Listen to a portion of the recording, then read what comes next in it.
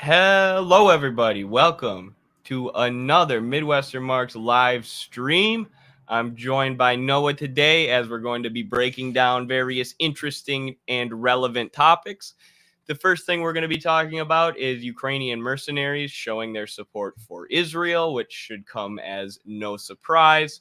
We're going to be talking about fake progressives, fake leftists like John Fetterman. And talk about his really disgusting and brazen support for the Israeli genocide. And then lastly, we're going to be talking about something a little interesting, something a little different, a little conspiratorial. We're going to be talking about Jonestown, which is, of course, the famous cult that started at the People's Temple in San Francisco, but later was transported to the jungles of Guyana, where supposedly 900 people drank cyanide-laced Kool-Aid in a mass suicide and all died. But we're going to be talking about the real story behind that, a lot of the speculation as to what actually went down there, because obviously, it's hard to imagine that 900 people drank cyanide voluntarily and simultaneously. So we'll be diving into all of that today, and we'll jump right into it after the intro.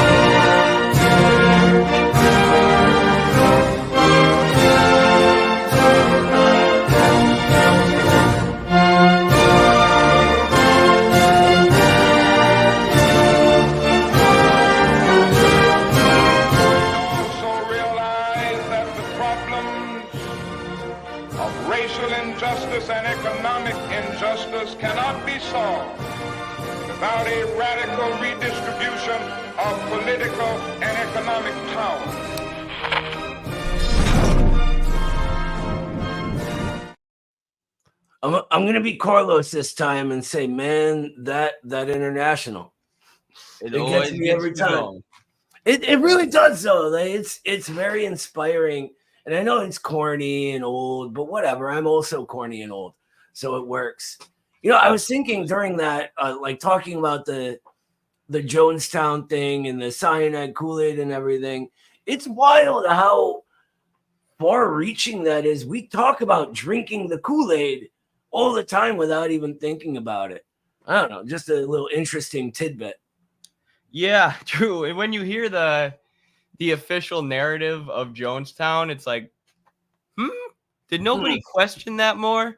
A U.S. politician shows up and gets killed, and all of a sudden 900 people do a mass suicide all at once. Like, just knowing what you know about human psychology, it's hard to imagine 900 people agreeing to end their lives all simultaneously because they were so brainwashed by this one guy. And once you break down what we're going to break down in this stream and read the essay that we're going to base this stream off of, everything you watch about Jonestown you'll look at differently, right? You can go and watch mainstream documentaries about Jonestown. You realize there's not much footage there, and all the footage that there is tends to confirm that what this guy says was going on is actually going on. So I can't get into it too much yet because I don't want to give away spoilers. So let's jump into our first story today. I just thought this was important. We always want to keep up to date on the news. Obviously, the most consequential geopolitical conflict in the world for a while had been the war in Ukraine. Now it is likely what's going on with Israel and Gaza. But I've heard a lot, not a lot of people, but I have unfortunately heard some people say, Israel is doing the same thing that Russia is doing. Palestine is the same as Ukraine, which is quite ridiculous because Ukraine was a neo-colonial outpost of the U.S. and Zelensky and the U.S. weapons manufacturers and the military-industrial complex and U.S. media were openly talking about turning Ukraine into a big Israel, They want to turn Ukraine into another Israel, meaning an apartheid state that's a neo-colonial outpost for the U.S. that they can use to protect their economic interests and attack their enemies in the region. So the Palestinians, of course, understand this.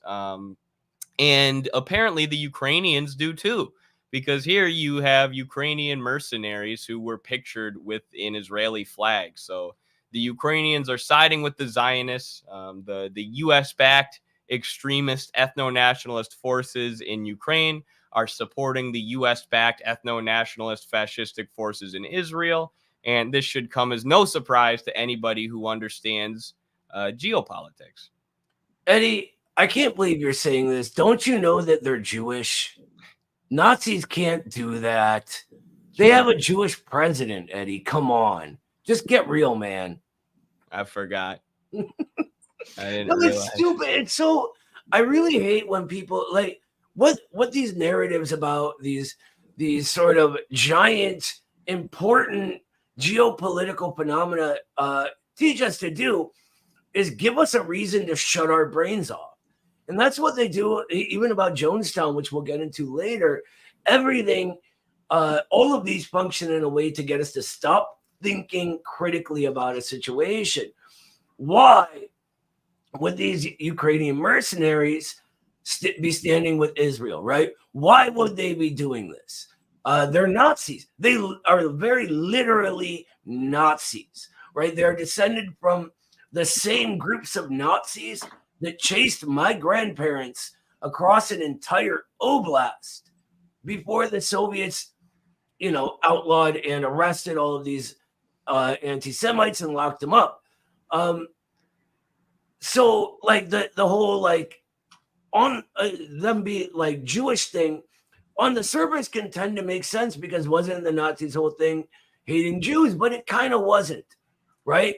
Fascism becomes fascism because of a necessity of holding on to that capitalistic mode during these acute crises, right? And what happens leading up to the Nazi takeover in Ukraine?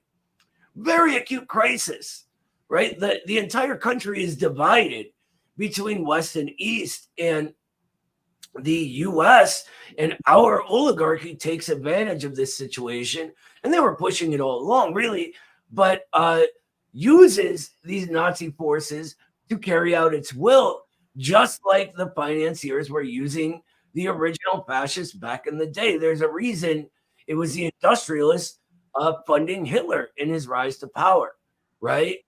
But that becomes sort of a wild, a loose cannon as it goes on. I don't know. I'm rambling now. I think that their Jewish thing is just so divorced from the real world and how it operates. People don't operate ideologically like that. Exactly. And it's worth mentioning that those extremist ethno-nationalist forces in Ukraine have been propped up and funded and promoted by the U.S. since the end of World War II. They always recognized that these fascistic forces would be an anti-communist tool for them, and they've sort of poured gas on the fire, so to speak, and made sure that this ethno-nationalist ideology not only stays alive in Ukraine, but thrives in Ukraine. And in 2014, when the Maidan protests were going on, it was the NED-backed, US-backed extremists who were able to inflame those protests, incite those protests into violent extremism, obviously firing on people in Maidan Square with snipers, burning people alive in the trade union building in Odessa, turning them from massive protests into a violent coup, which the U.S. is excellent at doing. That's what we call color revolution. So the U.S. intelligence knows what they're doing. And again, when we get into our Jonestown story today, there's a lot of talk about U.S. intelligence and the things that U.S. intelligence agencies do covertly. And, people oftentimes dismiss some of these things as conspiracy theory. And at this point, it's like, how can you still say that after all of the declassified documents we have showing what the CIA is constantly doing covertly and the way they're constantly undermining different governments around the world? It's you're almost being conspiratorial if you ignore it at this point. It's just acknowledging reality to acknowledge some of these things that the CIA has done. and that the CIA is an armed body of the state that serves to prop up the ruling capitalist class and suppress any kind of resistance to that class.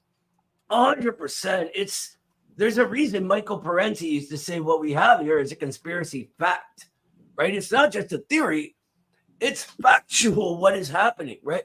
I really like when he's like, well, what do you think they're doing? You think they're, getting together in rooms and working out plans? And he's like, no.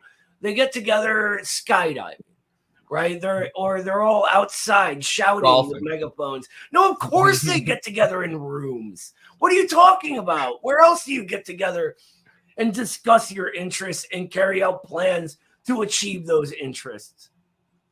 They do it on the golf course or at Davos. Like people say that too. Like, what do you think? Everybody just gets in a room, or the rich just get in a room and decide everything? Like, no, but their interests align and they do meet with each other. And there are rivalries within the capitalist class, but they have this agreement that, they will unify with each other against the working masses, against the public. But, if you look at the World Economic Forum in Davos, it's like, well, they kind of do meet and determine world policy. They kind of do just meet in a room and say, this is what we're going to do and this is how we're going to run the world.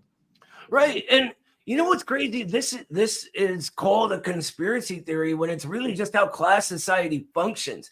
So getting us to turn our brains off and not think about it and dismiss it as a conspiracy theory is all part of it.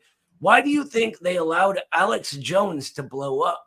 So that you can put it into this dismissed corner as a conspiracy theory. But I'll say this for Alex Jones. Back in the day, who was talking about the Bilderberg group? It was just Alex Jones, right? And he literally went to one of their like getaways or retreats or whatever they called it and was filming it. Like, it's wild that we can, because it was Alex Jones doing that, we're taught to dismiss it as a wild conspiracy theory. You don't have to agree with his conclusions, but you do have to acknowledge that he was there videotaping these gigantic heads of the world, literally planning out their economic interests and how they're going to operate, what deals they're going to cut, what lobbies they're going to fund, that kind of thing. Yeah, there's in Max Blumenthal's book, The Management of Savagery, which talks about tons of stuff that the intelligence agencies have done, how they backed and armed extremist groups in Afghanistan, who then came back and did 9/11. And he talks about how the CIA and the FBI were monitoring these groups every step of the way. They knew they were going to do an attack, and they didn't care. They let it happen because they knew that the neocons at least knew that could be the catalyst for the Iraq war, for the Afghanistan war, for launching. I mean, what they wanted to do is take out Libya, Syria, Iran, Afghanistan. They had a list of countries they wanted to topple, and they were successful in the lobby. Was based on that, right? What? The entire PNAC was based on that. The Project for a New American Century. Yes. That's discussed in this book as well. But what Blumenthal also says, the only person talking about this was Alex Jones, who got huge at the time and got huge in 9/11, saying that it was an inside job. But what happened, or what Alex Jones did, was push people towards crude conspiracy theories rather than, say, dialectical materialism, or rather than any kind of coherent worldview. And therefore there was, the InfoWars crowd didn't have a coherent way to make the world a better place. They weren't focused on class struggle. They were just focused on these crude conspiracies about the Illuminati running the world and, 9/11 being an inside job. Not to say, to some degree that it wasn't, and you should read this book to learn about that. But what Blumenthal says is that if Alex Jones didn't exist, the State Department might have had to create him, right? Mm-hmm. They might have had to create someone to push people, sort of like a radical recuperator, away from Marxism and socialism and towards just crude conspiracism, which we're going to look to avoid engaging with today as we talk about something that's a bit conspiratorial, so to speak. Yeah, we should. By the way, we should try to get Max on the show. I would really like to talk to him specifically about this kind of stuff. I know it's old for him. He wrote that book a long time ago, but on Alex Jones, I mean, the guy literally says he knows he's been used as limited hangout in the past. I mean, I don't know. I don't want to repeat myself, so just move on. I just think it's on us if we can't separate a conclusion from taking the same information and using what we already know about how the world works and dialectical analysis to really figure out what's going on.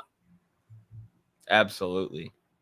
So yeah, that's that.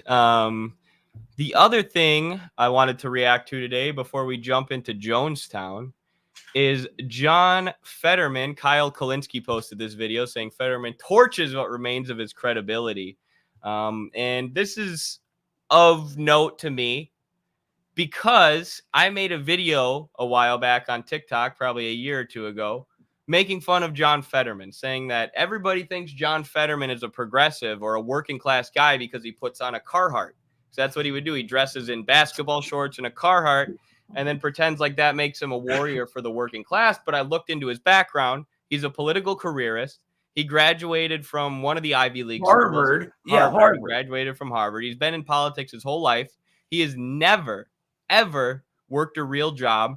And he's a standard Democrat. At one point, he said he supported Medicare for all. Then he got into politics and started running, which means he started getting funding from the insurance industry. And all of a sudden, wouldn't you know it, he doesn't support Medicare for all anymore. Very similar to Pete Buttigieg. Is exactly what happened with him. He said he supported it. Then he became a politician. All of a sudden, the insurance lobby money rolls in and you don't support it. So I called this guy out. Now, people freaked out on me. Leftists freaked out on me. Why are you using your platform to attack Fetterman? Fetterman's a progressive. Fetterman's working class. Fetterman's exactly what we need. Fetterman had a stroke. How could you criticize him? One guy literally said, Fetterman is my neighbor. Why are you attacking? Or like, trust me, he's a good guy. As if like, oh, I didn't realize you lived next to him. Now I don't think he's corrupt.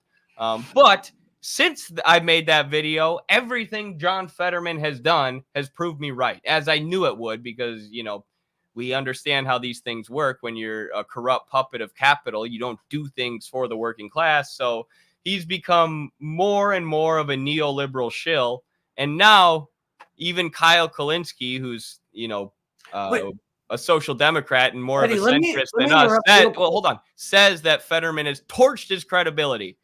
So he's become more and more neoliberal. And now even Kyle Kalinske is calling him a neoliberal. So that's Kyle Kalinske? I thought that was Eminem from the early 2000s. My bad. I thought we were about to you know, ask who the real Slim Shady was. I guess not. I was gonna stand up, but oh god, my jokes are terrible. No, and I want to. This is something that happens to communists all the time. We go, that guy's a fraud. He's lying to you. That guy's not really working class. Look at him. Just quick Google search, right? And we've been saying this from the beginning. You know who else has? RBN. And the liberals are always doing exactly what you're saying, right? No. I promise he's going to be for the people. They do this with all of them. They did this with Fetterman. They did this with AOC, right? The bartender from Queens who just so happened to go to Ivy League schools and take the exact track as all the intelligence officers take and be incorporated with all these NGOs and work with Ted Kennedy and like all this stuff. They always try to frame these clear establishment people trying to be presented to us as if they're working class, as if, no, they're the exception. I promise they're going to fight for change for you. How many, my question is, how long is it going to take for people to wise up? I mean, this is getting fucking ridiculous. I'm sorry to swear. It's getting fucking ridiculous, though. When Kyle Kalinski's finally saying this, I mean, come on. Exactly. At least one person thinks I'm funny, by the way. I saw it. One person. A couple people laughing at your dad jokes. Yeah, I have a feeling what this is going to be about because Fetterman recently tweeted, I'm not a progressive, I'm a Democrat. Basically saying the quiet part out loud, but I don't know. I haven't watched the video, but I'm interested to see what Kyle has to say. So we'll react to this real quick. So today, John Fetterman torched the little bit that remained of his credibility. We'll talk about that. He went on CNN and had some horrible opinions. Then we'll get to a really interesting story from Axios about how Biden's staffers are like, yeah, his age is actually a real problem. And apparently, Biden is totally delusional about it. Like, he thinks like, bro, I feel great. Anybody want to run a marathon or something? Let's do it. I got all the energy in the world. So we'll do that. Nikki Haley. You know, I have all those Bob Woodward books about basically him doing journalism about each presidency and what was going on in the Oval Office in each presidency. I can't wait till one of those comes out about Joe Biden. And we learn that, like, you know how Ronald Reagan had like progressing Alzheimer's towards the end of his presidency that made it hard to do anything? I bet you that's what's going on right now. Oh, 1,000%. And why on earth are we in a country that finds that acceptable? Like, don't get me wrong. Joe Biden is a monster, an absolute monster. But when you're that old and your mind is going, let the guy spend his last years or his last cognizance and ability to remember things with his family. You know, don't fraud him out there because he's going to toe the line of the banks anymore. It's just, at what point is it genuinely elder abuse, you know? Let him spend his last years doing crack cocaine with his son Hunter. For some reason I stopped sharing my screen.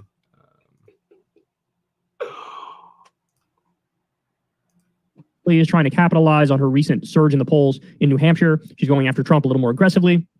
And then later on, Tucker Carlson goes after Ron DeSantis's biggest fans and like just destroys the voters. We'll talk about that. Is it fair? Is it not? And Roseanne Barr delivers one of the most awkward yet hilarious for all the wrong reasons speeches I've ever heard at Charlie Kirk's little weirdo fest conference. So we'll talk about all that and more. Everybody do me a big favor. Please subscribe to the channel. It helps out massively in the algorithm and it doesn't cost you anything at all. I think it's only like, what, half of you who watch the channel are subscribed. Gotta fix that, homie. Make it like 98%. Do it for your boy. Appreciate it. On Fetterman, he sat down for an interview with Tap Jaker and they're going to discuss the war in Gaza. And this really frustrates me. We're about Jake Tapper is probably my least favorite CNN figure. Something about the fact that he always looks like a sad puppy dog too. And that's saying something. It's hard for me to hate someone more than Fetterman when he's on there. Because I swear to God, even the way he dresses is condescending. Like, I feel like he thinks that all working class people are going to just relate to him because he wears a hoodie and basketball shorts. God damn it, I wear carpenter pants all day at work. I'll put on a suit. You know, like, make yourself presentable. Jesus Christ. That's what the Democrats in my comments were literally saying. You know, like, he wears a Carhartt sweater. I'm like, Carhartts are nice. Who wouldn't wear a Carhartt sweater if you could afford them? I have one of them. I wear it almost every day. There's an old meme that used to go around. If you're going to wear Carhartts, you better be doing Carhartt shit. And like, it's like a picture of like getting a DUI, not paying your child support. By the way, subscribe to us instead of subscribing to Kyle Kalinske. Also like the stream. About to see really frustrates me because I see a lot of this going on. Like the way he's going to describe the pro-Palestine position, I'm going to lose my mind if I listen to it. Here we go. Let's go back to talking about Israel and the divisions in the Democratic Party, particularly among young voters when it comes to Israel's war against Hamas. 72% of young voters, according to this new poll, disapprove of how President Biden is handling the Israel-Hamas war. You've been very vocal. So now, by the way, when you see a poll like this, where only 20% of young people approve of how Biden is handling Israel and Gaza, you think it would cause at least some minimal self-reflection, where you would say, I wonder why so many people feel that way. Not at all in the case of John Fetterman. Apparently, all it's going to cause is condescension. That's how these people work. He's incapable of doing introspection or trying to see somebody else's perspective. Your full support for Israel. I see the Israeli flag behind you in your office there. You've been very clearly arguing that Hamas bears responsibility for the tragedy of what's going on in Gaza. Why do you think so many younger people, especially in your party, see it differently? I really don't know. I do know that a lot of people are getting their perspective from TikTok, and I think if called it on the condescension. Yep. Yeah, and I made a TikTok about this actually too. Like, these guys keep saying that, like Ben Shapiro keeps saying that, oh, these kids are learning about Palestine on TikTok. Yeah, there are actual political scientists on TikTok. There are actual people who spend all day reading Norman Finkelstein and Ghassan Kanafani and Ilan Pape and Israel-Palestine scholars on TikTok. Like this Like guy. us. Right. Right. And I'm not the only one. There are tons of real academics on TikTok who are deconstructing the things that they see on corporate media, the lies on corporate media, and are telling people the truth. And their only response to that is to be condescending. Oh, you're on TikTok, as if the medium, as if the platform makes the information, untrue, or the substance of what we're saying untrue. But guess what? John Fetterman can't engage with the substance because he's wrong. He is cheering on and funding a genocide. So he has to attack the people who are against that for, say, the social media platform that they use, because he's a moron. You can always tell the liar by their inability to actually address the substance, right? If they're criticizing, like you said, the platform or the person or whatever it is, if they keep going on the attack and never actually have a back and forth, they are lying about something, period. Exactly. Disagree with his rampant cheerleading of the state of Israel. But his speculation is that, well, it's just because they're getting, their misinformation on TikTok. That's almost beyond parody. Let's keep going. You're kind of getting a perspective on the world on TikTok. It's going to tend to be kind of warped or not reflective of the history and actually the way things absolutely are. This is a guy who sent off his Israel position when he was campaigning for the Senate seat in Pennsylvania. He sent his Israel position to AIPAC, and AIPAC edited it and sent it back to him, and he said, right on, we're going to go with this. So he's getting his perspective directly from AIPAC, a right-wing Israel lobbying group. And he's like, bro, I'm just saying how things are, bro.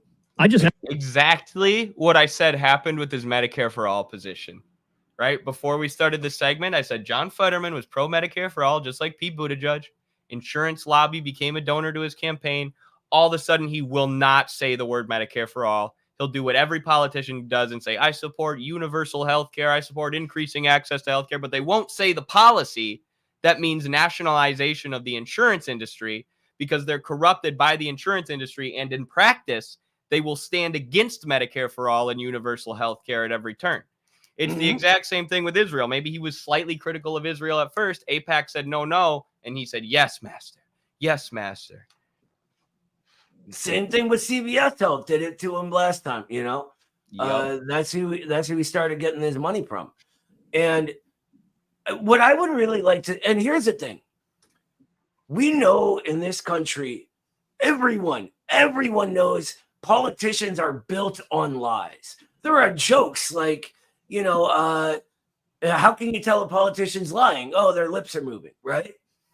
Because they lie and lie and lie. And yet people still, when it comes down to each individual one, don't apply that general analysis.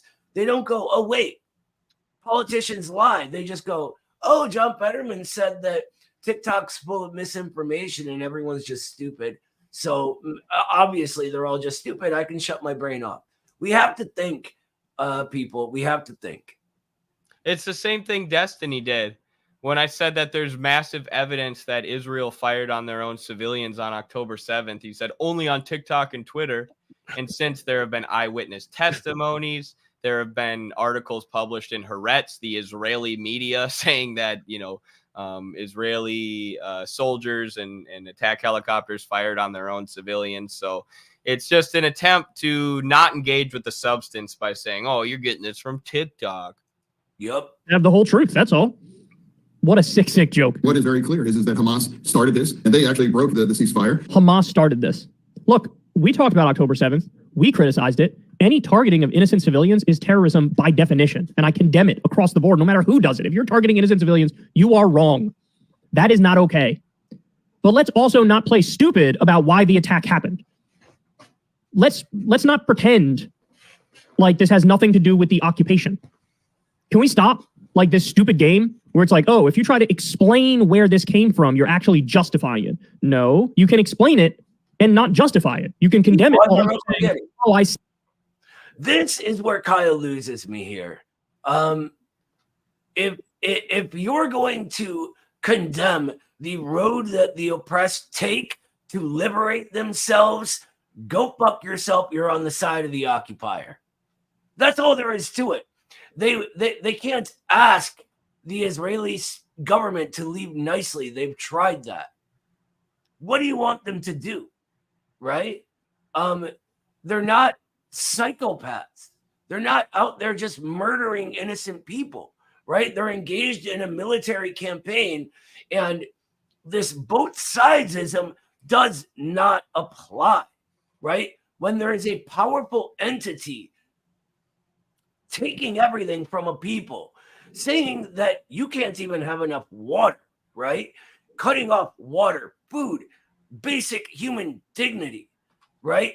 And they're murdering thousands upon thousands of innocents. You condemn that, right? But the fact that, one, Israel is the one who started killing people on the 7th, their own people, but two, when actual liberation begins happening, does he think nobody in the 1776 revolution couldn't have said they were innocent? The Sons of Liberty were literally tarring and feathering loyalists who hadn't killed anyone, just loyalists, and then leaving them in town square and as an example, so anyone who would stand against the revolution wouldn't. Liberation costs something. Right. And, you know, obviously we don't agree with targeting civilians, and to say that Hamas went in and like the Israeli media is portraying it like Hamas went in there and just gunned down a bunch of civilians, which, I mean, when you're having a music festival 6 miles from a concentration camp and the people break out of that concentration camp, I mean, maybe that's what you'd expect, but that's not really what we have evidence for. We have evidence that people were killed in the crossfire and the chaos.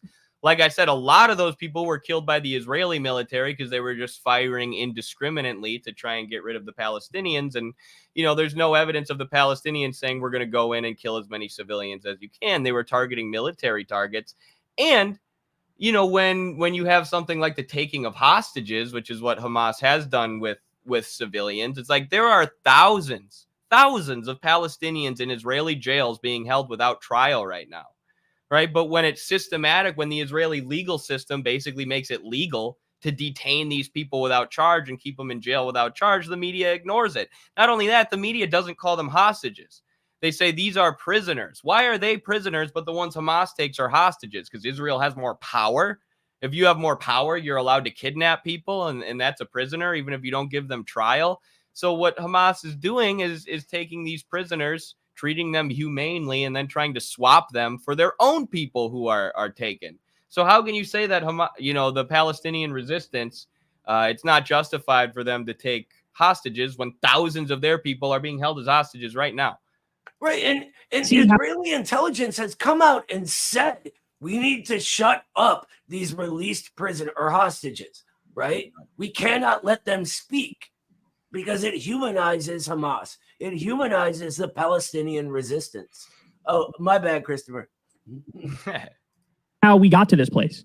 I see the logical steps that led to this place. But he wouldn't say that. He would just say, well, the reason Hamas did it is because Hamas is just evil. They wake up and say, how am I going to do more evil today? He would compare them to like ISIS or Al-Qaeda. He sees no like geopolitical implications. He sees no like logical connection between one thing leading to another thing leading to another thing. So in other words, he's professionally stupid about the issue.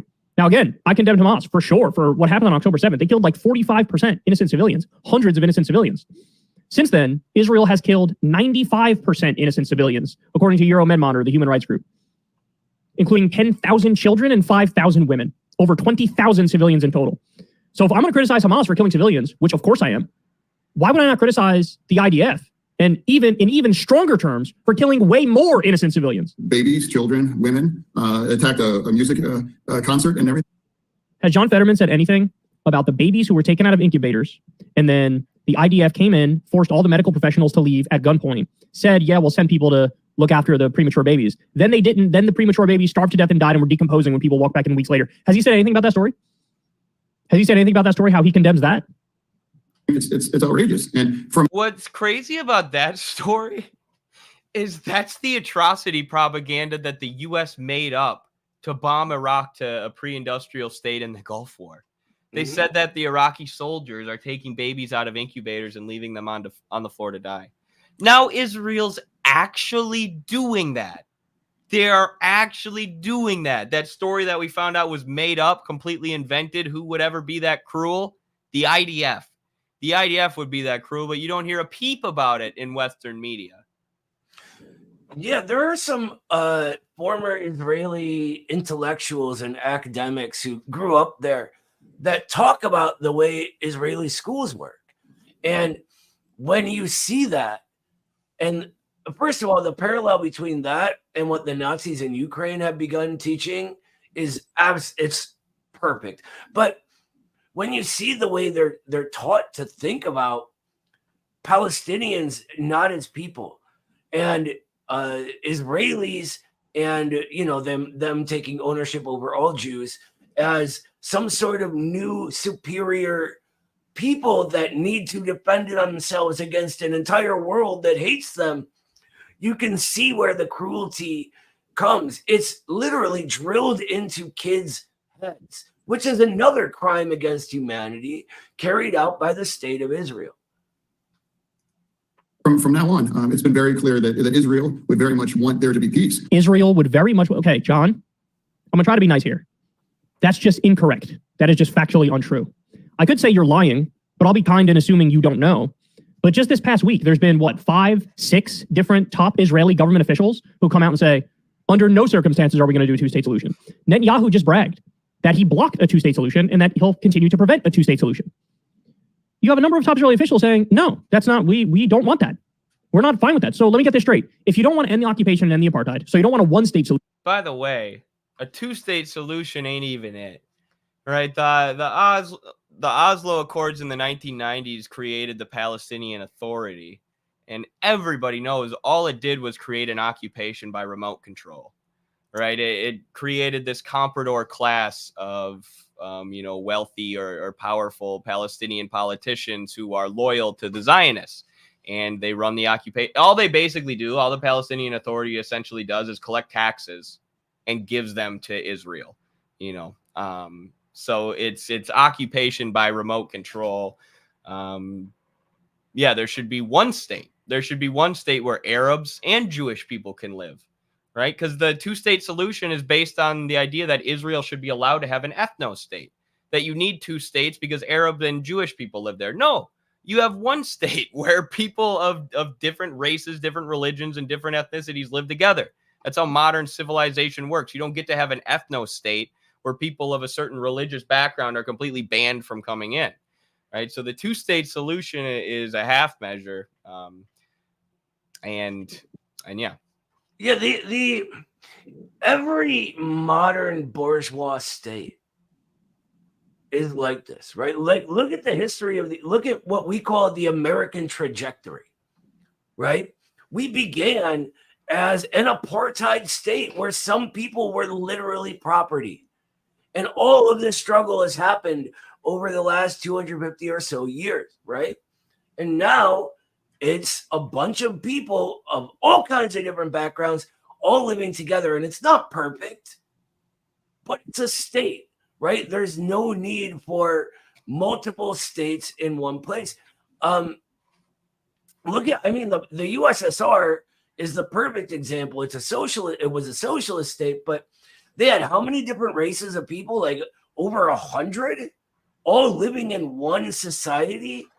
They act as if this is impossible. The amount of religions and ethnicities and cultures in the Soviet Union was, you couldn't experience them all in one lifetime.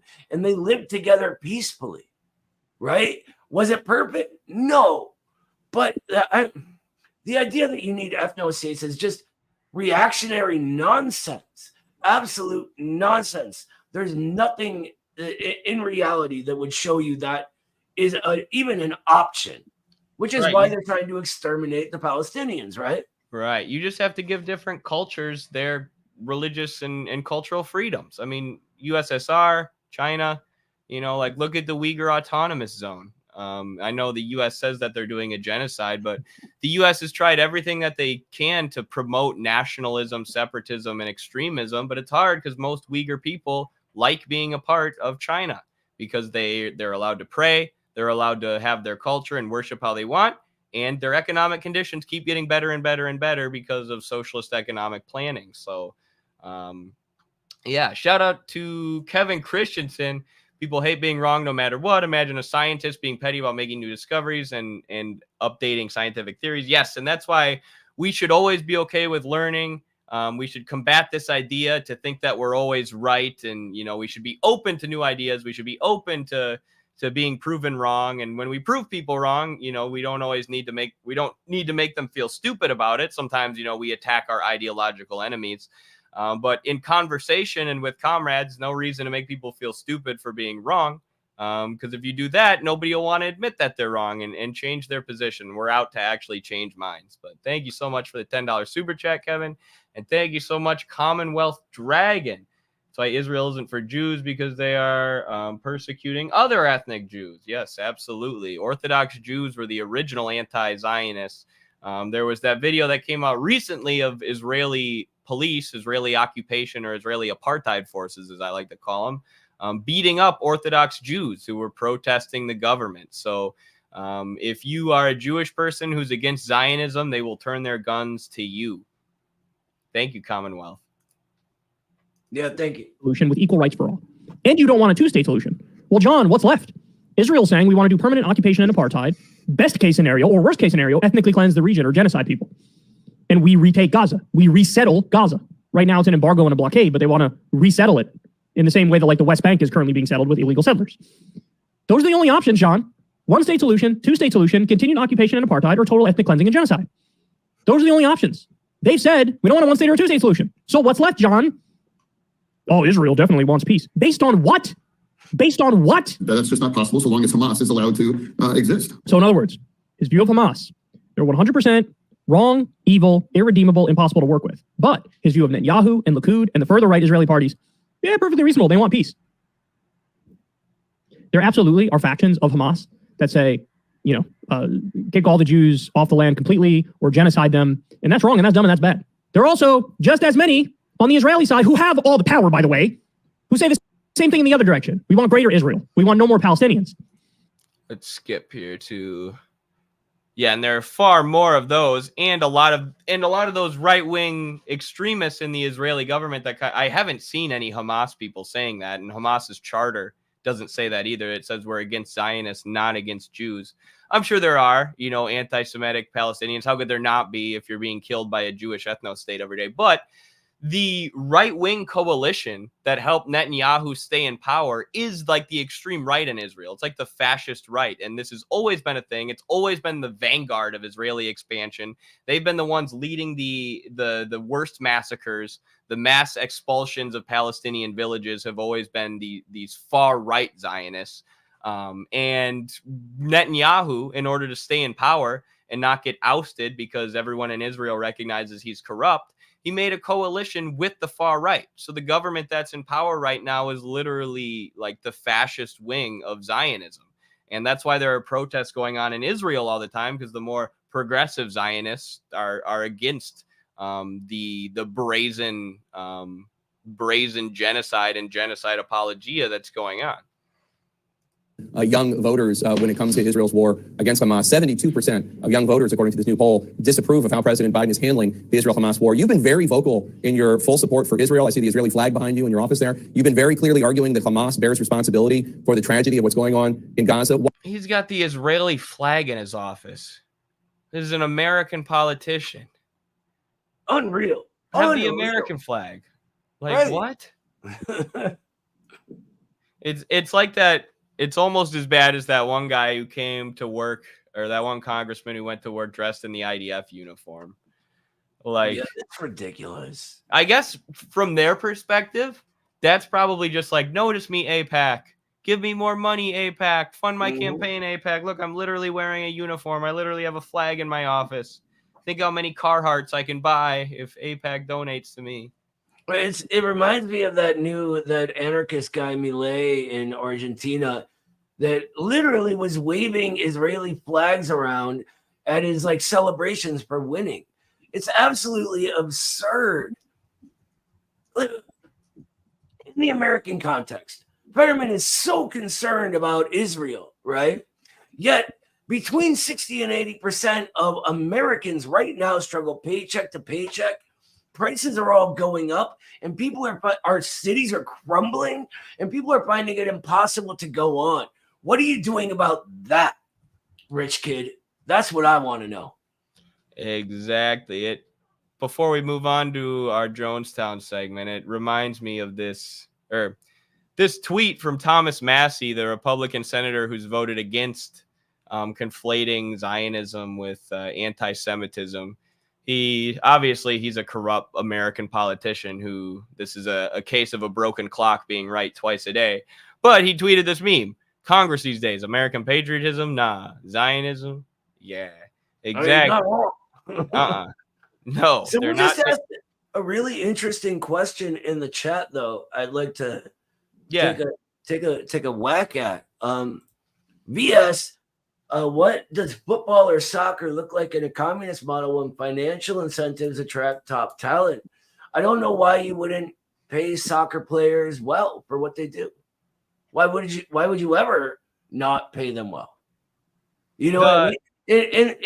There's actually a really good story about this. The U.S. has a very unpopular soccer league, right? And it used to only have an unpopular indoor soccer league, and there was a men's league and a women's league, right? Now, the men got paid more than the women, but the women were really upset because they were barely paid enough to live on. And so they began unionizing, right? And they go to the men and they're like, look, if we combine our strength and we fight together for higher wages for everyone, we can all get what we need. And so that's what they did, right? And these soccer players unionized. So here in the U.S., it took these soccer players fighting to get paid enough, right?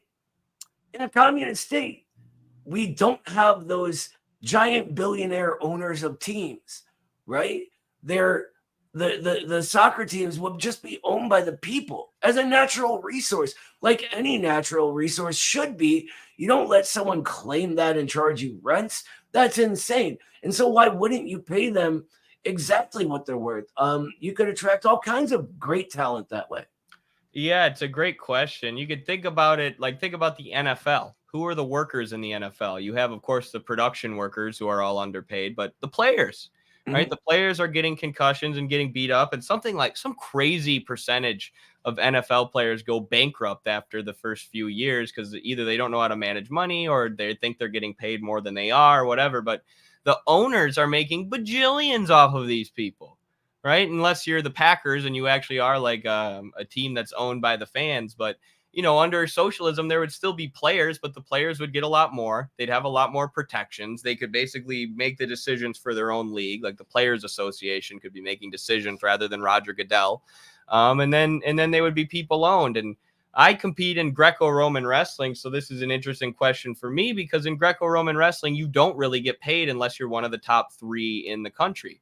So there are tons and tons of wrestlers who are losing money to compete, and have to fund their own training and are really struggling to get by and continue to train as much as you need to train to try and be in the Olympics, right? And under a socialist system where everyone's needs are taken care of, it would really help a lot of the Greco-Roman wrestlers I know to thrive. A lot of them, their biggest problem is money. So I think socialism would be great for sports, especially mixed martial arts, man. The UFC is owned by a multi-trillion-dollar company, and they will not let the fighters unionize. The fighters are considered private contractors. So the UFC is literally paying fighters as little as like $40,000 to show up and fight and get brain damage. And, that's not to even mention the Power Slap League, which I don't even consider a sport. But those fighters are getting paid as little as $3,000 to show up and get repeatedly slapped in the face until someone gets knocked out. So, I think sports would look much more humane and much better under socialism. China subsidized athletes. Yeah, so Cuba does as well. And there are all these training opportunities that are set up there. Like when you're little in China or Cuba, if you're really good at a sport, it's like for the rest of your life, your crap will be taken care of and they'll help you. In the US, when you're in youth sports, rich kids have a huge advantage because they can pay for training and travel. And they can afford to take time off to do it. Right? Yeah. When you have to work full time, I mean, do you know how hard it is for me to fit in a workout every day? I mean, I got look, you can see the drywall I have all over me right now because I raced home to do this, and right after this, I'm working out. Right? Like, if you have time, it's just so much easier. Exactly. Sam, happy holiday, comrades. I'll toss more on Patreon. Also, nice job talking to those Mr. Peanut looking libertarians on Jubilee. Thank you so much, Sam. Really appreciate that. Check out patreon.com/MidwesternMarx if you haven't yet. We are a people's funded institute. No billionaires, no lobbyists, no corporations. It all comes straight from the people. So thank you very much for contributing to our project, Sam. All right. I think it's time we get into the main event. The black hole of Guyana, the true story of Jim Jones and the Jonestown massacre. So the basis for this segment that we're about to do is this essay by John Judge from 1985 titled The Black Hole of Guyana, The Untold Story of the Jonestown Massacre. Now, this is an excellent piece. John Judge doesn't necessarily tell you what to believe. He just has his thesis, and he lays out his argument. He lays out the substance of his argument and lets you decide for yourself. I've read this 3-4 times now. I find it to be incredibly compelling. I'll never be able to look at Jonestown the same way, and I imagine that'll be the same for you guys. But first of all, I'll give sort of the mainstream story of Jonestown and what happened. Basically, there was this preacher named Jim Jones who was luring downtrodden, mentally ill, poor people into this so-called communist cult called the People's Temple in San Francisco that claimed to be this sort of socialist utopian cult. He would give 8-hour sermons every day. There was lots of drug use at the time. And like I said, they were bringing in a lot of disaffected people, but there were also rich people who would join and who would be Jones's sort of higher ups. There were people connected to U.S. intelligence, and there were even people connected to the former Nazis in Germany. And there were a lot of rich people who would help fund the People's Temple. So it wasn't all downtrodden, poor, mentally ill people, but those were the ones who were being brought in, drugged up, and then Jones would manipulate their financial records to basically make them dependent on him. And then people would be shot or drugged up if they tried to leave. So basically, eventually they went from San Francisco to the jungles of Guyana. Guyana's been in the news a bunch lately. It's a Latin American country that borders Venezuela. Congressman Leo Ryan from California visited Jonestown to investigate and find out what was going on there because he had multiple constituents writing him and asking him to investigate the cult. He eventually agreed, flew to Guyana, even though intelligence agents were telling him not to go. He was killed. He was shot when he was there, along with members of the press who were with him. And everybody in Jonestown, 900 people supposedly, all drank cyanide-laced Kool-Aid in what was called the White Night ceremony. And they all died at once. And this is told as a tragic story, you know, a tragic example of what can go wrong with cults and with charismatic leaders. But, you know, if you start to think about it, it's like, would 900 people really all agree to take cyanide at the same time and end their lives? Does that really sound realistic that 900 people would do that all at once? They would agree to end their lives because this one guy, Jim Jones, told them to. It's almost like the CIA, U.S. government stereotype of communism. You know, all the people in the Soviet Union were following Joseph Stalin, and they would have offed themselves if he asked them to. When, of course, that's not the reality. But I want to ask, Noah's a little older than me. What do you remember or know or think about Jonestown, Noah? Do you think I was alive during Jonestown? Jesus Christ, brother. No, definitely. Well, maybe. What was it? It was the late 1970s? 70s that Jonestown starts, right? Yeah. I was born in 81. Okay. So, no, I do remember when we were kids, there was there was a slang term everybody used to say, Guyana punch. for, you know, what we say, drinking the Kool-Aid nowadays. And see, my parents were in the left, right? My dad, well, not kind of. My grandparents loved the communists. My dad was a union guy. My mom, though, came out of the new left movement. And everybody knew of the People's Temple in her day, right? They were sort of part of this progressive bloc in local San Francisco politics, right? And it's not like there weren't good people involved in it. There were some good people that got pushed into that, right? And they formed this alliance with when the gay movement was militant, with Harvey Milk and his people. And then the establishment sends their gal down there, Dianne Feinstein. That's when stuff starts getting hairy. And at the same time, that is when Jim Jones, it starts becoming evident that he is banging everything that moves, right? And manipulating people into this and all the things you expect to see from cult leaders. This is also when Harvey Milk gets shot, right? What I remember most about this whole block is that that phenomenon, that thing. And the guy who shot him was involved with some FBI people.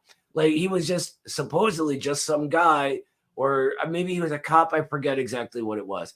But anyway, then he starts talking to the FBI, and then they come up with what they from then on began calling the Twinkie defense. That this guy ate so much junk food that he lost his mind and shot Harvey Milk and got away with it for that. So this is a time where you have to know what's going on in all of the like media narratives and how powerful those are and what they do to people's minds and their views of reality, because this was the age when brainwashing was on everyone's mind. So that didn't seem so unreasonable to people, which is why the tie-in with 900 people and drinking this cyanide Kool-Aid makes sense to people. They can sell that, just like they could sell the Twinkie defense, right? Nobody thought to go, wait a minute, fuck this, I'm leaving, right? Nobody. They're all just like, yes, sir, you know?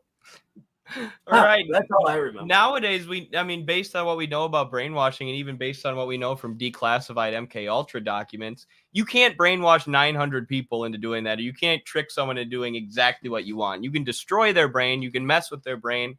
In some cases, you can extract the truth out of people, but there's no, magical sort of brainwashing technique to get someone to where you can control them like by remote control.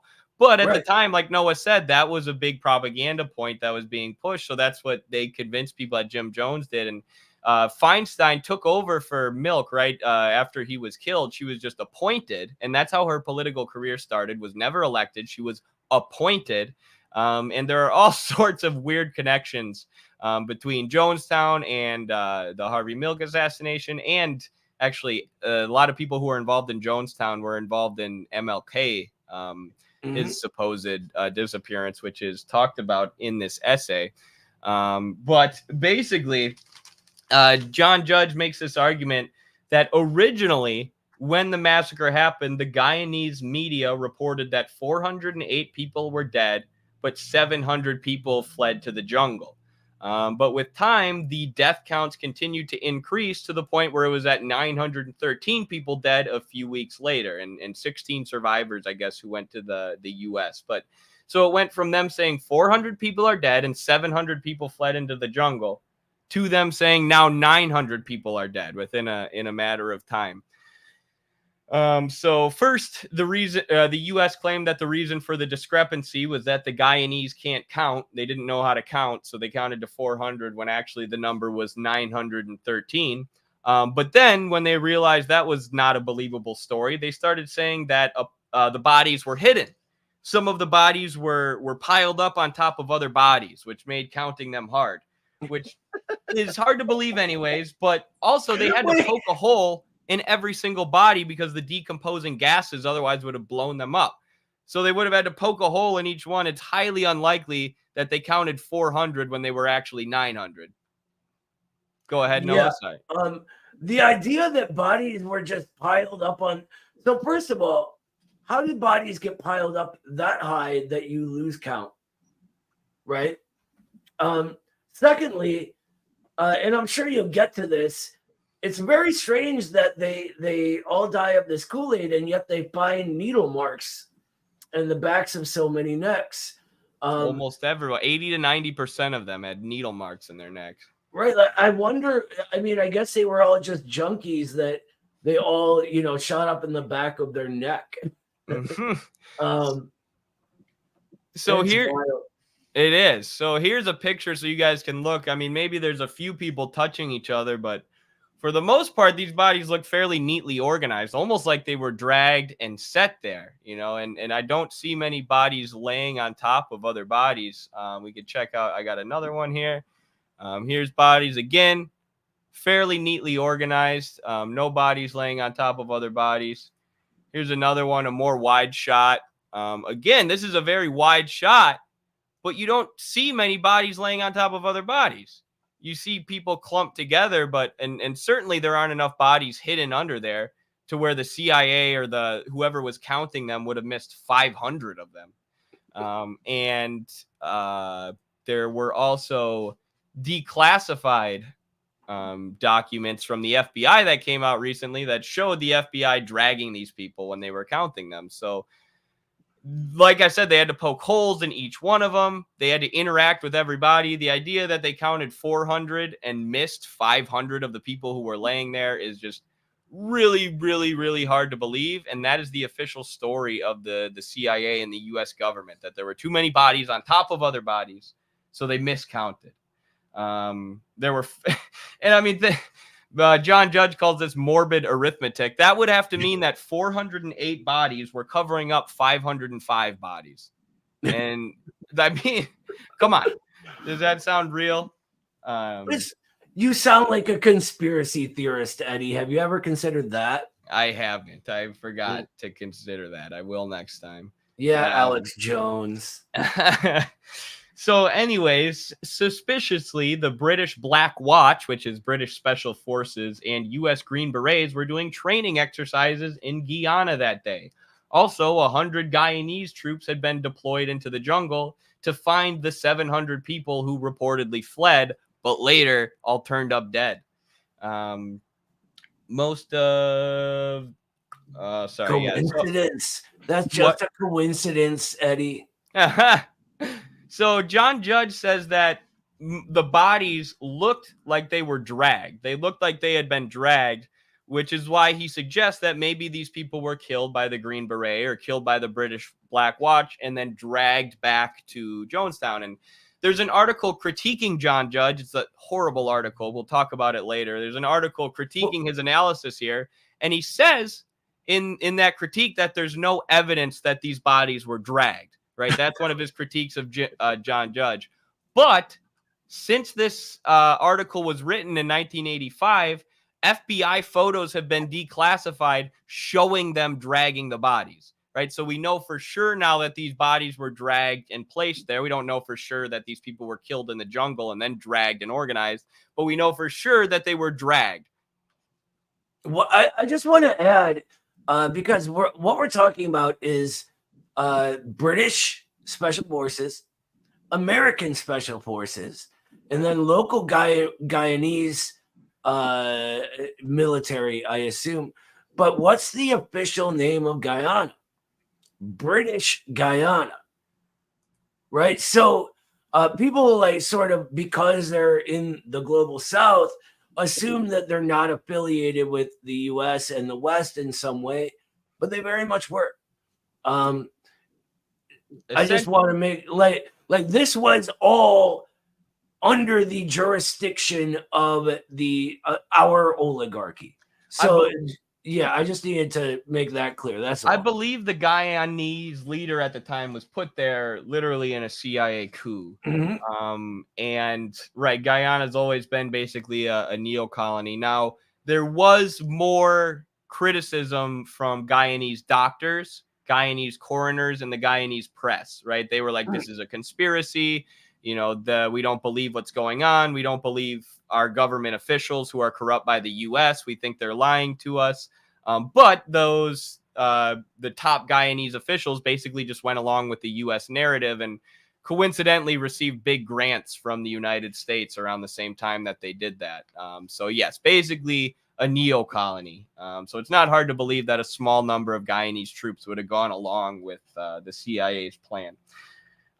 So speaking of which, Dr. Mutu was a Guyanese pathologist who was the first person on the scene, or one of the first people on the scene after the White Night. He was there for within hours. Dr. Mutu found no evidence of cyanide poisoning, which was what was supposedly in the Kool-Aid. Now, when somebody dies of cyanide poisoning, they get what's called cyanide rictus. It's an extremely painful death that basically messes up the signals to your brain. So you don't know how to breathe or pump blood through your body. So there's this shortness of breath and gasping. And people who die of cyanide usually end up in this contorted position, like they were suffering. None of the people had cyanide rictus. So Dr. Mutu immediately dismissed that cyanide poisoning could have been the reason for death. Cyanide poisoning is still the official reason for death given by the United States. They say that they drank cyanide Kool-Aid. He also found needle marks in the left shoulder blades of 80 to 90% of the victims, and the ones who didn't have needle marks had been shot or strangled to death. A little bit suspicious. A Guyanese grand jury took Mutu's testimony and ruled that the people were murdered. They ruled that maybe 2 or 3 of them committed suicide, but said that the rest had to be murdered. The grand jury, Dr. Mutu, all of this evidence coming out of Guyana saying that something weird is going on here was completely ignored in the U.S. We didn't even hear about this in the U.S. John Judge, in order to talk about this, had to dig through Guyanese press releases and Guyanese government documents, because if the U.S. press doesn't talk about it, how are we going to hear it? How are we going to get this information from Dr. Mutu out of Guyana? So high up Guyanese officials announced that originally announced the change in body count from 400 to 900, and the Guyanese public was shocked. They were like, "What do you mean there were 400 people dead and now there's 900?" And the press, the Guyanese press at the time, pointed out that there were large sums of money given to these Guyanese officials by the U.S. or just taken directly from Jonestown, because Jim Jones became a multi-billionaire and there was all this wealth in Jonestown that we were talking about before. And the Guyanese press made such a big deal about this, it became Templegate. They called it Templegate. Basically, you know, that was the press's way of saying this is a conspiracy. Something's going on here. The body count greatly increased. And when our officials announced that and said nothing to see here, they were also getting money funneled to them from the United States.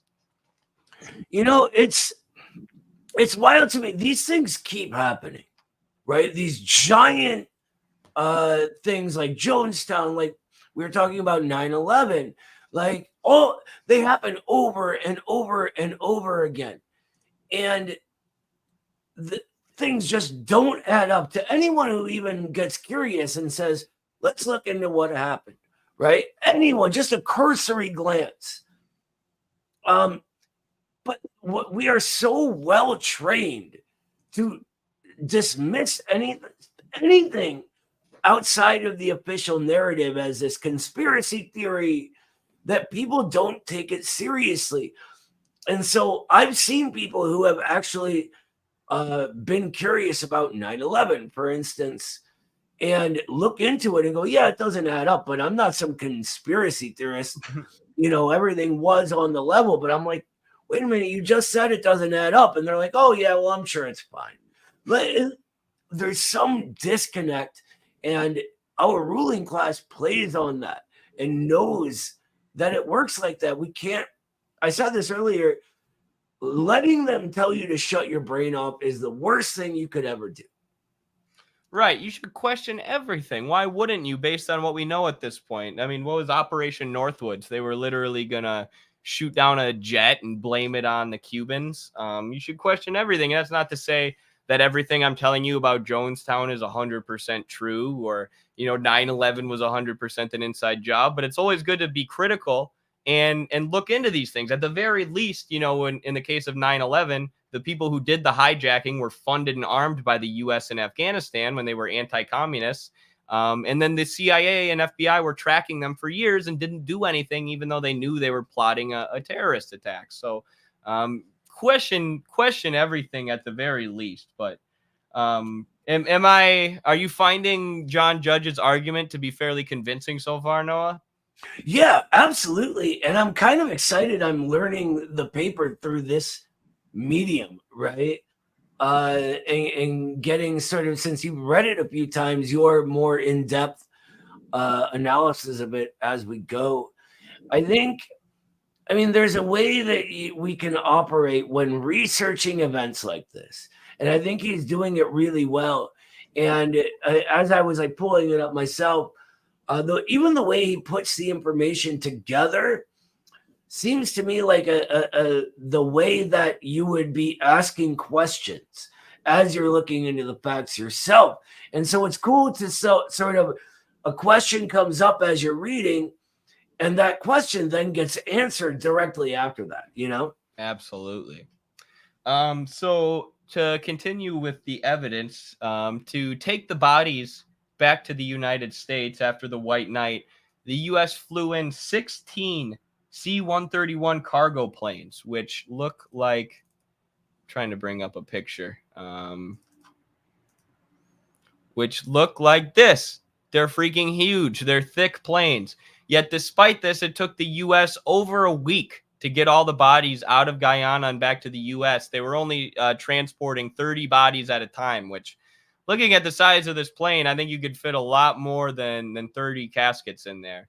But they transported 30 at a time, and by the time they got them back to the United States, the bodies had decomposed in the heat and they had rotted, which made an autopsy impossible. So they couldn't actually discover the cause of death. Would you imagine that? Later, the bodies were all cremated, with which enraged coroners, the press, and even family members at the time, because they were all denied access to the remains. So they took them back they let them decompose, then they took them back to the U.S., and then they burned them real quick before any coroners could even take a look at them. The president of the National Association of Medical Examiners at the time wrote an open letter to the U.S. military complaining about the lack of an autopsy and about the cremation of the body. So again, we have the pathologist in Guyana and this medical higher up in the United States saying you're not following procedure here. Something's going on here.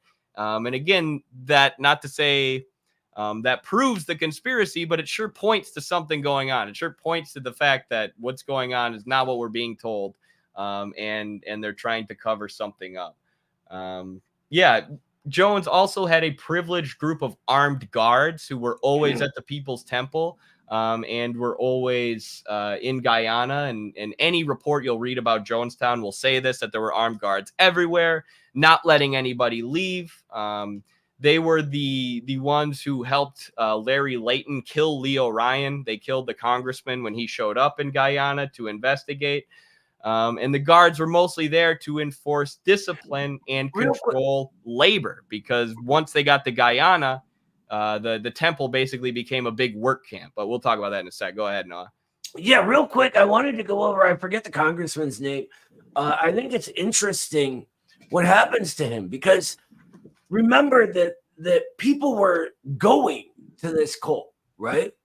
And these people have families, they have friends, they have coworkers, they have neighbors, right? And so what happens is someone's family talks to their congressman. They're like, look, our family member, whoever it was, got taken in by this wild Jonestown thing, and they're off in Guyana now doing God knows what. Can you look into this for me? And this congressman, unlike anyone you could get nowadays, went to Guyana to investigate. because they began looking into it and shit wasn't adding up, right? Like, kind of gets him down this rabbit We're going to hole. get to that at some point. Okay. Go ahead. I'm sorry then. Go ahead. No, you're good. I just want to talk about Jones's CIA connections first. So his best friend was this guy named Dan Mitrione, who trained assassins and torturers in Latin America for U.S.-backed dictatorships. And he took Jim Jones to Brazil, where he lived for a while and would regularly visit Belo Horizonte, which is the head of the CIA headquarters in Brazil. He told people in Brazil, Jim Jones did, that his stay there was funded by U.S. intelligence and the U.S. Navy. He was also best buds with Walter Heady once he went back to San Francisco, who was one of the heads of the John Birch Society, which is an ultra-right advocacy group. And many people, including the Leighton family, were very wealthy and connected to U.S. intelligence agencies. So there were all these rich people who were either connected to U.S. intelligence or connected to groups that funded the rise of the Nazis in Germany, who were heavily funding the People's Temple, dumping money into it. And they helped Jim Jones exercise financial control over the temple members, basically by saying, like, there were like a bunch of temple members who were collecting Social Security, a bunch of them who were collecting disability checks, and Jim Jones would have them all sign that money over to him. So by the time he got caught, he was a multi-billionaire, and that's how they funded the rise. Can I just say, like, real quick, because this was the People's Temple and nominally socialist, communisty, whatever, what better way for the ruling class to present the left and communist to the public, right? Wild cult that's taking advantage of everybody and all this other crazy stuff, stealing and all the rest. This is literally this is the first, or not the first, but an earlier version of Vosh. Yes, this is what they want people to think socialism is. Vosh, Jim Jones. I gotta turn my camera up. I have a lot of other institute work I do that you guys don't see behind the scenes. I gotta set some up, so I gotta turn my camera up for a minute. I'll be back in 2 minutes. Sounds good. So basically, once they got to Guyana, the place where Jonestown was located was on top of billions and billions of dollars in untapped mineral wealth. Now, these minerals and resources were deep in the jungles of Guyana, and there had been many efforts by multinational corporations to mine these areas and extract these resources before, but they had all been unsuccessful because it was deep into the jungle and it was hard to get workers there. That is exactly where the People's Temple set up once it went to Guyana, right on top of all these minerals, all right, on top of all these resources. And basically, once they got there, Jonestown became a work camp where the people were working 16 to 18 hours a day. And those armed guards that we were talking about were there to enforce discipline and enforce labor, and organize labor to make sure that resource extraction was continuing. At this point, one of Leo Ryan's constituents wrote to him complaining that his son had joined the Jonestown cult and was maybe trapped. And another one of his constituents wrote to him saying that their son had been killed after trying to leave Jonestown. So we got 2 letters from people, including one letter from his friend, asking him to go investigate Jonestown. So despite being warned by people around him not to go, he eventually agrees, and he takes a press team with him to investigate in Guyana. That's where he's killed and where the White Night happens, and when all these people commit suicide. So the thesis that John Judge is saying here is that Jonestown was basically an extension of the CIA's MK Ultra project. They brought in these disaffected people, these poor and downtrodden people, got them drugged up, brought them to Guyana basically by force, and then had them mine this incredibly mineral-rich area. But when Congressman Leo Ryan got letters from his constituents asking him to go check it out, the CIA had to cover their tracks. They had to cover up the work camp. So that's when they did the White Night and basically killed Leo Ryan and killed everybody there.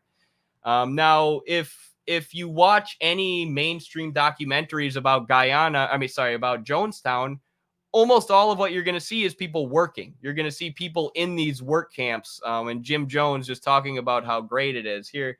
A lot of the pictures with Jim Jones, like this one, he's surrounded by heavy machinery, heavy earth moving machinery, heavy extraction machinery, because that's what was going on at the People's Temple in Guyana. It was just a giant work camp. It was just a giant group of people who was there to extract these resources. So, yeah, that's the idea, that this was the CIA's MK Ultra project, brought these people, or tried to brainwash and manipulate these people and then bring them to Guyana and extract these resources. But once a congressman was about to figure out what was going on and expose it to the press, they had to cover their tracks. So they killed everybody and then said, oh, they all just drank Kool-Aid.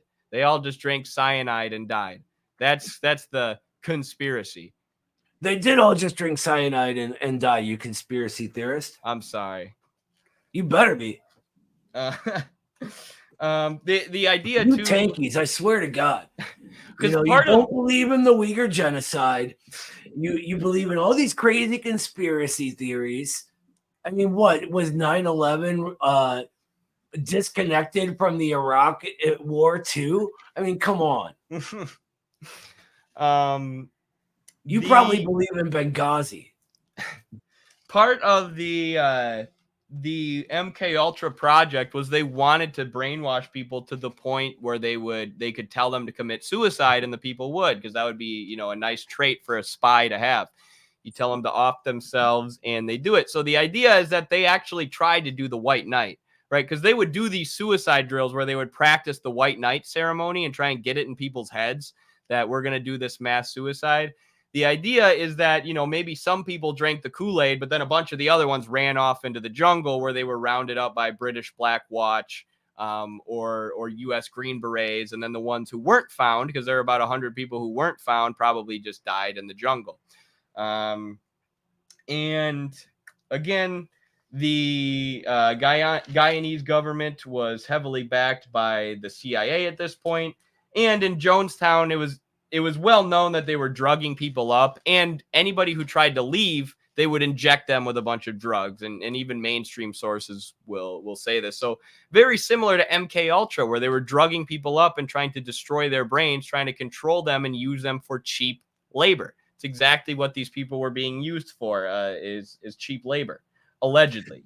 There are also other examples of things like Jonestown. So you may never have heard of this, but there was basically a Jonestown under the Pinochet dictatorship in Chile. This is called Colonia Dignidad. Colonia Dignidad was an isolated colony established in post-World War II Chile by immigrant Germans, former Nazis probably, similar to Jonestown, which became notorious for internment, torture, and the murder of dissidents during the military dictatorship of Augusto Pinochet in the 70s. Also a dictatorship installed by the CIA. More CIA connections to cults with cheap labor, if you still think this is ridiculous. Under the leadership of German emigre preacher Paul Schaefer, who has been described, or it's been described as a state within a state. Schaefer and members of the colony were deeply religious and followed the teachings of William Branham. The main legal economic activity of the colony was agriculture at various periods. It was also home to a few things. Their longest continuous leader was this guy. He was a fugitive accused of molestation in Germany, where he went to Chile and basically ran this cult that served as a source of cheap resources for the Chilean fascist dictatorship. So it's a cult that they set up on top of a bunch of resources run by a bunch of former Nazis to get cheap labor. And this is real. This is something that we know exists. This is something that we know where they were doing mass torture and all these weird things, basically at Jonestown, except we know it. It's out in the open. There's no conspiracy. So yeah, and this was CIA supported as well. So the idea that the CIA wouldn't support something like this, of course they would. In the first half of the 20th century, you have to remember the time period. The first half of the 20th century, one of the big scientific questions was, can a human mind be controlled like this? And all of the various world intelligence agencies were carrying out these sort of MK Ultra like experiments. They really experimented with hallucinogens, and the suggestibility of people on hallucinogens. This was one of the big parts of MK Ultra. There was a documentary that one of the scientists attached to an early MK Ultra experiment wasn't aware that they were also experimenting on these scientists, right? And so he writes a book or something, and they made a documentary out of it, and he ended up killing himself. And I forget the guy's name. I wish I could remember it.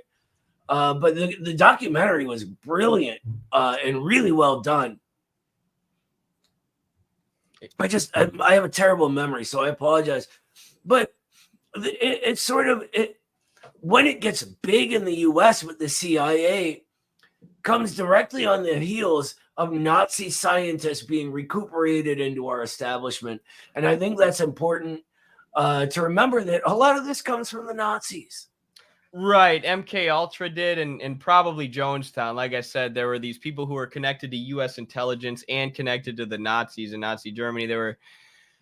Those were the kind of people who would be interested in something like MK Ultra, and especially interested in actually carrying out, what they learned from MK Ultra, actually using the lessons of MK Ultra to create a cheap labor camp in Guyana. That's exactly the kind of thing that the Nazis would have been working on. So it made sense that these Nazis who were rehabilitated and brought into the American establishment and U.S. intelligence agencies would be working on something like this. And the CIA has a long history of using cults. I mean, there's the Unification Church, which was backed by Korean intelligence and the CIA. There's the World Anti-Communist League, WACL. There's the Moonies, and those are just the ones mentioned by John Judge in this article. But we all know about the Falun Gong, right? That is like the CIA's number one way of pushing anti-China propaganda. The Falun Gong has millions of dollars somehow. And they're this psychotic anti-China cult that at one point believed Trump was sent by God to destroy China, right? That's the CIA's main way of destabilizing China and pushing anti-China propaganda, is this cult. So you think it's above the CIA to work with a cult? Definitely not. And it's also not above creating newspapers and journals and multimedia apparatuses. The Falun Gong has a newspaper they target at conservative Americans called the Epoch Times, right? Literally trying to sway them into the Falun Gong way of thinking. Someone in the chat said they think I was talking about Wormwood. I know what you're talking about. That's like a dramatization of something else. But no, that's it. When I remember the guy's name, I'll let you know. Boris says Guyana has more cults, not only Jonestown. Yeah, there's basically another cult in Guyana that's just like Colonia Dignidad and just like Jonestown. It's right on top of this super mineral rich area, and it's basically like a Zionist thing. They believe they're like the true inheritors of Israel, and it's some sort of Jewish cult, but like you said, it's all about psychological manipulation. Exactly. Additionally, Leo Ryan's friend, Joe Holzinger, Leo Ryan, the congressman who was killed, studied the Jonestown for 2 years after his friend was killed and came to the conclusion that it was a murder, not a suicide, and that the intelligence agencies were involved with some kind of mind control project. So someone who studied the event because his friend was involved in it came to the same conclusions. But of course, you never hear that on the news, and that just gets dropped down what Orwell called the memory hole. I don't get me wrong. I hate Slavoj Žižek as much as the next guy. One of the reasons is his CIA connections, right? And him being an anti-communist, where he's actually from, and working with the CIA to bring socialism down. But because of those connections, he said some interesting things. And he was talking about his friends in military research, right? And this question of mind control. And he said something that stuck with me since then.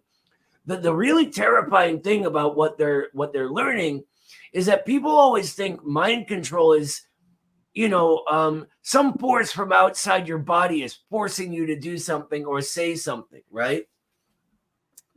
But that's not how it works, according to the people that Zizek was talking about. He says that what it feels like is more like the thought they want you to have, the thing they want you to do feels organic to you because your brain is actually doing that thing, right?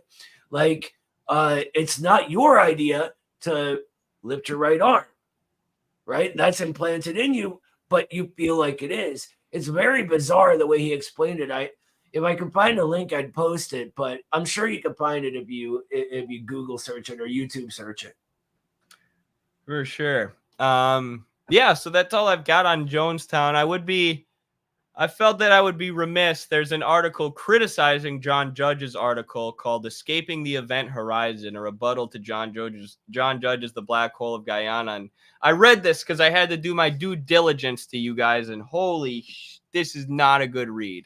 I'm sorry. Like, read it if you want, right? Read the John Judge essay and then read this essay and tell me who you think is right. But this whole article comes off like a liberal telling you, do you really think the CIA would do that? Do you really think the American government would do that? No, you idiot. Facepalm, conspiracy moment. It is an insufferable article. The guy talks about himself so much. He's just not a good writer. Versus John Judge, his article gets right into the substance, right? Here's my thesis. Here's my argument. Here's the evidence. Believe it or don't believe it. This guy's got just pages and pages of rambling rather than substance, and it comes off as the most, and he also uses snarkiness in place of good arguments, which is, it's all the liberal tactics. But at one point he says that John Judge tries to tie Jonestown to groups he doesn't like when he's talking about the connections to the CIA, and he mocks him. You're just trying to tie them together with groups that you don't like. No, it's not that he just doesn't like the CIA. It's that the CIA is notorious for doing stuff like this. It's that the CIA had a brainwashing project that's now common knowledge called MK Ultra, where they were trying to do the kind of stuff that was actually going on at Jonestown. Right? There are real connections here, and the CIA is a real armed body of the state that serves to prop up the capitalist class and help further their super exploitation of the working class. It's not that John Judge just doesn't like the CIA. He also shows, this guy shows one picture of a body on top of another body and says that this discredits John Judge's argument that there couldn't have been 400 bodies covering up 500 bodies. So John Judge says there's no way 400 bodies were covering up 500 bodies like the U.S. government says. And this guy responds, no, look at this picture. Look, see, there's one kid who's kind of laying under his parents. Therefore, we can totally accept the fact that the U.S. government miscounted by about 500. So horrible counter argument there. I won't even talk.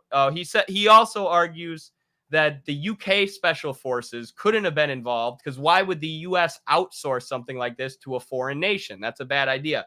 As if the UK empire hasn't always been working together with the US empire. Like, bro, just Google the 1953 coup of Mohammad Mossadegh. Who did that? It was the British MI6 and the US CIA. Do you think that the British are so upstanding and moral people that they would turn in the CIA for doing something like this? No, since the end of World War II, they've been working together with the CIA to do shit like this. The CIA and the MI6, everybody knows they work together. Everybody knows that the British Empire is just a subservient little outpost of the U.S. empire at this point. Just look at how they followed along with all the U.S.'s Ukraine policy. So, yeah, I won't spend too much more time on this guy, but he also said that his stupidest critique of John Judge's article is that there's no evidence that any of the bodies were being dragged, right? He says John Judge claims these bodies were being dragged, but there's no evidence for that. But FBI photos have been declassified since both articles were written, literally showing people dragging the bodies. So when that guy actually does bring up a point of substance in his article, I found it to be something ridiculous like this, where he's saying the bodies weren't dragged. Clearly, John Judge's essay is all wrong. There's nothing going on here except the establishment narrative, with a whole bunch of snark. But read that article if you want. It's not worth it. You're going to end up screaming at your iPad like I was. But yeah, thanks for going on that journey with me. It was a good one, brother. And this timing is perfect because I have a very an important meeting for the Institute I have to get to now. So I learned a lot. I'm very, very pleased that we did this. This John Judge guy sounds just like, and here's the thing, I'm so glad you actually read through it, because so many people, and this happens all the time, they don't even read a rebuttal. They just look and see that there is one, and then they'll like throw it as a link in some argument. And when you actually read it, you're like, have you looked at this? It's absurd. But again, we're trained not to think, not to look into it, and just to accept. So all we got to do is keep thinking. That's it. Think, read, engage with argument, engage with substance, try to find the truth. Don't be tricked by snark. You know, people who use emotions in place of substance, or snark in place of substance. So yeah, thanks for doing that with me, Noah. It was a lot of fun. Thanks everybody for joining us for this little unique stream. Something I've been wanting to do for a long time. Like I said, this is an article I've read many times and wanted to talk about forever. So thanks for having an open mind and joining me. Solidarity with Venezuela. Guyana is a freaking British colony. Should belong to the people of Latin America. All right. That's all I got. Solidarity, everyone. See you next time. everybody.